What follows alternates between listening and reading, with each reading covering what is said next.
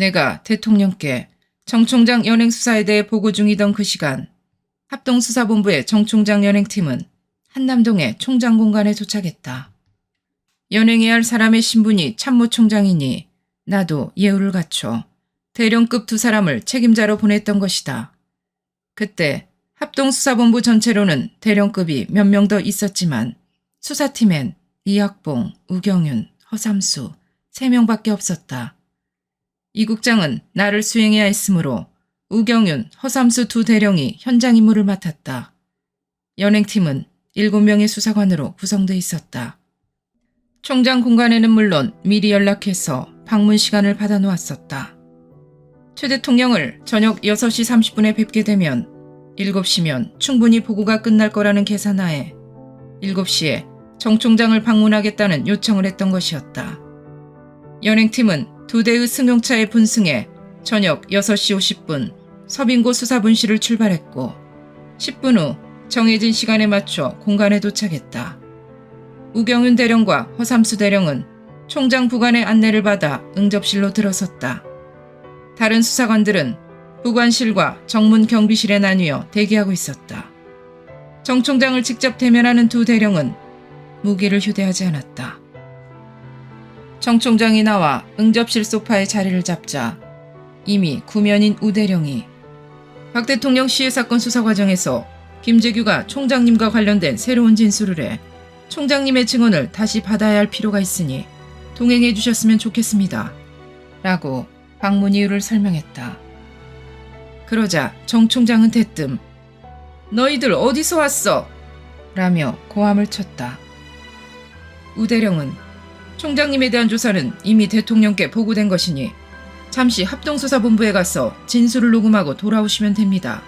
라고 말하면서 임의동행에 응해줄 것을 다시 한번 요청했다. 우 대령은 총리 공간 상황을 모르고 있었으니 대통령께 이미 보고가 끝난 것으로 알고 그렇게 말할 수밖에 없었다. 그러자 정 총장은 격분한 목소리로 이놈들 가긴 어딜 가느냐? 나는 육군 참모총장이다. 라고 하더니 이놈들을 잡아라. 하고 부관실 쪽을 향해 소리쳤다.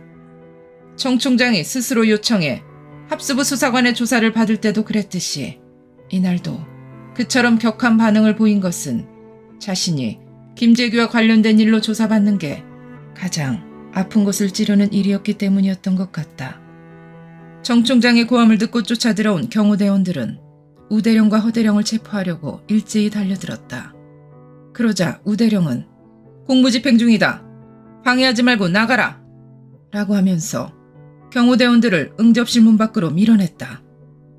정 총장은 총장 부관과 경호대장이 있는 부관실을 향해 대통령 전화를 대!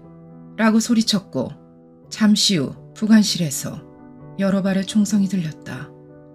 그리고 그 순간 우 대령이 총탄을 맞고 쓰러졌다. 7시 15분경이었다. 총장 경호팀과 합수부 수사관들이 대기하고 있던 부관실에서 총성이 울리고 우 대령이 총격으로 쓰러지자 정 총장은 사격 중지! 라고 외쳤다. 응접실에 홀로 남게 된 허 대령이 총장님, 왜 사태를 이렇게 어렵게 만드십니까? 라며 정 총장의 팔을 잡고 현관문을 나섰는데 정 총장도 더 이상 저항하지 않은 채 임의동행에 응했다. 정 총장을 태운 합동수사본부 차량은 7시 30분경 총장 공간 정문을 통과해 10분쯤 지난 7시 40분경 합동수사본부 서빙고 수사분실에 도착했다. 허 대령은 즉시 허화평 비서실장에게 전화를 걸어 총장 연행을 완료했음을 보고하고 총장 공간에서의 총격전과 우경윤 대령의 부상 사실을 알렸다. 허화평 비서실장은 허삼수 대령한테 들은 내용을 전화로 이학봉 수사국장에게 전했다. 7시 40분이 조금 지난 시간이었다. 허화평 비서실장은 30단에도 이러한 사실을 알려줬는데 그곳에 모여있던 장성들은 이때 비로소 정 총장의 연행 사실을 알게 되었던 것이다. 총탄에 쓰러진 우경윤 대령은 급히 병원으로 후송됐다. 우 대령은 당시 총격으로 하반신이 마비돼 평생을 반신불수로 살고 있다. 내가 정 총장 연행팀이 임무를 완료했다는 보고를 받은 것은 저녁 7시 40분이 조금 지난 시간이었다. 그때까지 나는 총리 공간에서 대통령과 함께 노재현 장관이 오기를 기다리던 중이었다.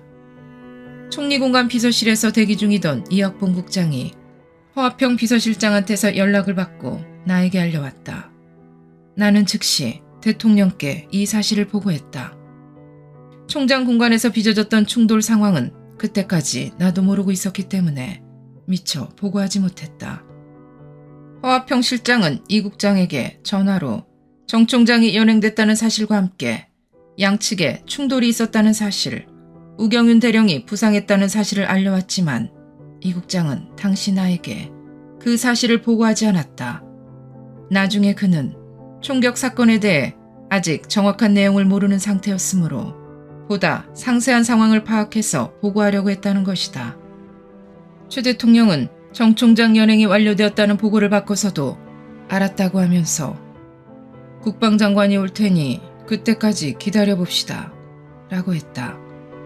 마음이 급해진 나는 카카, 저도 나가서 국방장관을 찾아보겠습니다 라고 재차 말씀드렸는데 대통령께서는 여전히 비서실에 빨리 찾아오라고 지시해놨으니 조금만 더 기다려봅시다 라고 했다. 대통령께서 붙드는 바람에 나는 다시 눌러앉을 수밖에 없었다. 나도 가끔 말씀을 올리기는 했지만 그 어른으로부터 이런저런 시국 얘기를 들으면서 거의 2시간 반 동안을 그렇게 머물러 있어야 했다. 밤 9시가 지나도록 노재현 장관의 소재가 파악됐다는 소식은 없었다. 나는 다시 카카, 저도 나가서 장관님을 찾아보겠습니다 라고 하자 그제야 최 대통령이 그렇게 하라며 놓아주었다. 나는 삼청동 총리 공간을 나와 30단으로 향했다. 그때 합수부 사무실에 돌아가 있던 이학봉 국장이 전화로 총장 공간에서 우발적인 총격 사태가 벌어졌고 그 와중에 우경윤 수사국장이 부상을 당했다는 사실을 보고했다. 그 보고를 받고 보니 총장 공간에서의 예상치 못한 총격 사태로 육군 본부와 군부에 오해와 혼란이 발생했을 수도 있겠다는 불안한 생각이 들었다. 나는 지체 없이 차 안에서 보안사령부에 전화를 걸어 정 총장 연행 배경을 국방부와 육군본부 지휘부에 사실대로 알려주라고 지시했다. 내가 30단에 도착했을 때 그곳에 모여있던 장군들은 장세동 단장으로부터 총장 공간 소식을 듣고 상황이 어떻게 전개될지 걱정들을 하고 있었다. 그때는 이미 전군에 진돗개 하나가 발령돼 있었고 장태환 사령관한테서 30단을 무력 공격하겠다는 협박 전화까지 걸려온 상태였다.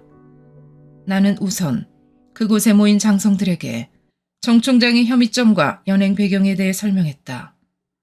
장군들은 함께 있던 노태우 구 사단장한테서 개략적인 내용은 들어 알고 있었지만 내가 다시 그간의 상황에 대해 설명하자 모두 나의 판단과 결정이 합당한 것이라고 동의를 표했다.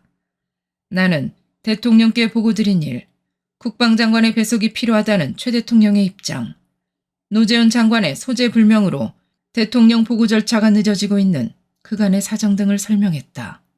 그들은 무엇보다 이 긴박한 순간에 노재현 장관이 출두하지 않아 정 총장 연행 사태가 군 지휘 계통의 혼선을 빚어내고 있다는 사실을 심각하게 생각했다.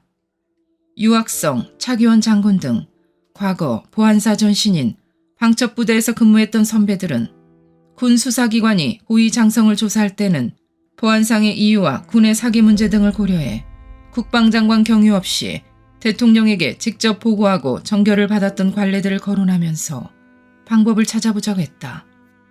그때 황영시 장군이 최 대통령에게 그런 관례들을 설명드리면 이해하시지 않겠나 하면서 지금 대통령께서도 노 장관이 출두하기만 기다리는 입장이시니 마냥 이렇게 기다리기보다는 사태 수습을 위해 모두 함께 각하를 찾아뵙고 군부 내의 여론과 고위장성 수사와 관련한 관례들을 말씀드려보는 것이 어떻겠느냐라고 하자 모두들 찬성했다. 나는 즉시 대통령 비서실로 연락해서 5명의 장군들이 대통령 각하를 뵙고자 한다는 뜻을 알렸다. 평상시라면 그처럼 늦은 시간에 외부 인사를 접견하는 일은 없었겠지만 사안이 사안이어서 그런지 들어오라고 허락했다. 동행한 5장군은 유학성, 차기원, 황영씨, 박희도, 백운택 장군이었다. 밤 9시 30분경이었다. 당시 상황에 관한 황영씨 장군의 진술이 있다. 대통령 재가에 대하여는 또 어떻게 하기로 하였나요? 정 총장 연행 과정에서 충돌이 생겼고 장태원 장군 등이 반발하고 있어서 시간이 흐르면 사태가 악화될 우려도 있으므로 경복궁에 모인 장성들이 함께 총리 공간으로 가서 대통령에게 사태의 심각성을 보고드리고 국가와 민족의 생존과 안정을 위하여 통치권적인 결단을 내려주셔야 하겠다고 건의드리는 것밖에 별다른 방법이 없다고 생각하고 제가 그와 같이 제안하였더니 다른 장성들도 그것이 좋겠다고 하여 그렇게 하기로 하였습니다. 총리 공간에 도착한 나와 5 장성들은 대기실을 지나 접견실로 들어갔다. 먼저 대통령께 거수경례를 한 뒤 내 소개에 따라 차례대로 각자 관등 성명을 말씀드렸다. 일행은 대통령께서 권하는 대로 대통령 맞은편 자리에 둘러앉았다. 탁자 좌우에는 그날 밤 내내 대통령을 보좌하고 있던 신현학 국무총리와 최강수 비서실장이 배석했다. 먼저 내가 대통령께 다시 한번 과거의 예를 들어 고위장성을 연행할 때는 대통령에게 보고한 다음 법적 처리를 하는 것이 관례였다고 말씀드렸다. 나의 말을 이어받아 황영씨, 유학성 장군이 각각 같은 내용의 건의를 드렸다. 함께 간 장군들이 대통령 재가를 요청한 경위는 어떠하며 구체적으로 각자가 어떠한 발언을 하였나요? 합수본부장이 함께 간 장성들을 소개하여 인사를 드린 후 유학성 장군이 합수본부장이 지금 중대한 임무를 맡아 잘 수행하려고 노력하고 있는데 빨리 재가를 해주셔야 사태가 원만하게 수습될 것 같다고 하면서 윤허해달라고 건의하였더니 대통령이 재가를 안 하겠다는 것이 아니라 장관 배석하에 제가 하겠다는 것이니 빨리 장관을 찾으라고 하였고 제가 다시 정상적인 상황이라면 말씀하시는 바와 같이 장관을 배석시켜 제가 하는 것이 정상적인 절차이겠으나 정 총장 연행 과정에서 충돌이 일어났고 정 총장 연행을 납치로 오인한 일부 지휘관들이 반발하고 있으므로 자칫하면 군부대끼리 충돌할 위험이 있으므로 이러한 위기에서는 국가와 민족의 생존과 안정을 위해서 통치권적인 결단을 내려 윤호해 주시는 것이 좋겠다고 건의드렸습니다. 그래서 거기에서 피고인들은 신현학 총리와 최강수 비서실장이 배석한 가운데 대통령께 전두환 피고인이 먼저 각하 아까 말씀드린 바와 같이 참모총장, 군사령관, 고위지휘관을 연행조사할 때는 보안 문제가 있고 군의 보안이 세면 군 여론도 있고 군의 사기 문제도 있고 이런 군의 특수성 때문에 수사 책임을 맡고 있는 보안사령관이 각하에게 직접 보고하고 재가를 받는 것이 지금까지의 수사 관례입니다. 과거 박이망 사건, 윤필용 사건도 그렇게 했습니다. 이렇게 보고를 드렸지요? 그렇습니다. 그러자 대통령께서는 잘 알았소. 과거에는 아마 그런 관례대로 한 모양인데 어쨌든 나는 법에 규정된 절차대로 하려고 하니까 국방장관을 찾아봅시다. 이렇게 말씀하셨지요? 예, 그렇게 말씀하셨습니다. 그래서 피고인이 각하, 보안사령관 건의대로 재가를 앙청합니다. 11.6 대통령 시해 사건의 공정한 수사를 위해서 꼭 필요하며 정 총장은 사건 당일 시해 범행 현장 부근에서 식사를 하고 대기하고 있었기 때문에 군 내부에서도 불신을 받고 있는 처지입니다. 각하께서 조속한 결단을 내려주십시오. 라고 말씀드렸지요. 그랬습니다. 그러자 대통령께서도 알았소. 그러니 국방장관이 오면 조치하겠소. 장관이 빨리 오도록 노력합시다. 이렇게 다시 말씀하셨지요? 예, 그와 같이 말씀하셨습니다. 그때 대통령께서는 정 총장 연행이 위법하다. 결재를 하지 않겠다. 이런 말씀은 전혀 없었고 장관이 오면 조치하겠다. 이런 취지로 말씀하셨지요?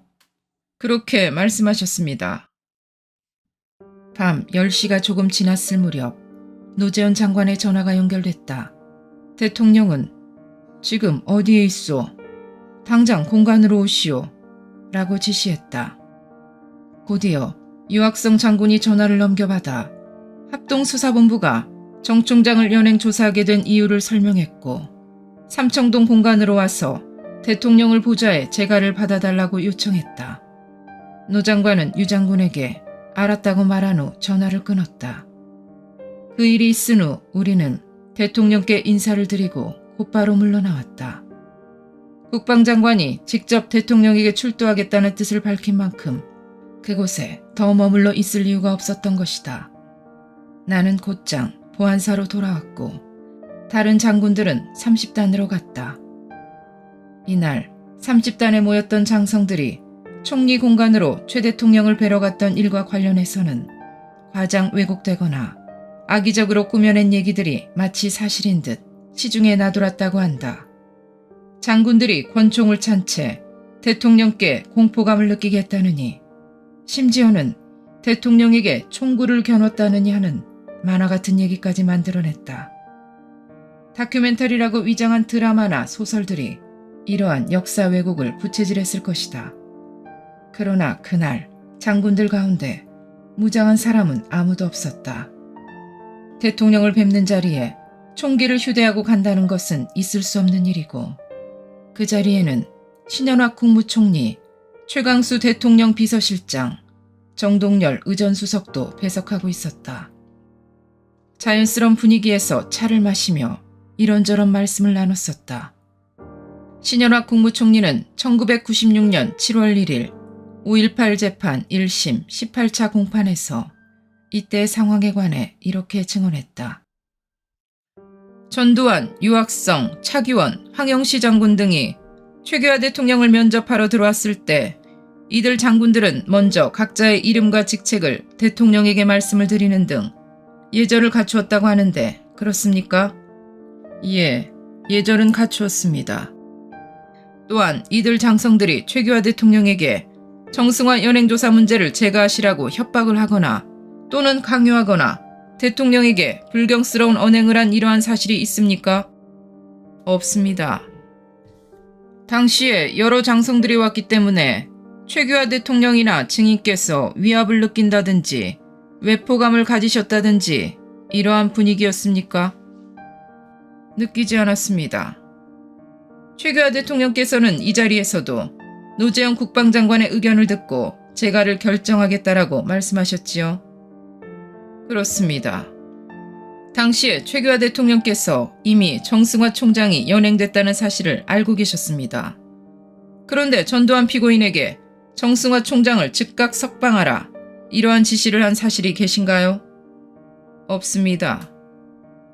최규하 대통령께서 노재현 국방장관이 오면 상의를 하고 재가를 하겠다 이렇게 확고한 의사표시가 있자 최규하 대통령을 방문했던 당시의 장성들은 더 이상 최규하 대통령에게 정승화 연행 문제에 대한 재가를 건의하지 아니하고 대통령의 뜻에 따라 대통령께 인사를 드리고 모두 돌아가지 않았습니까?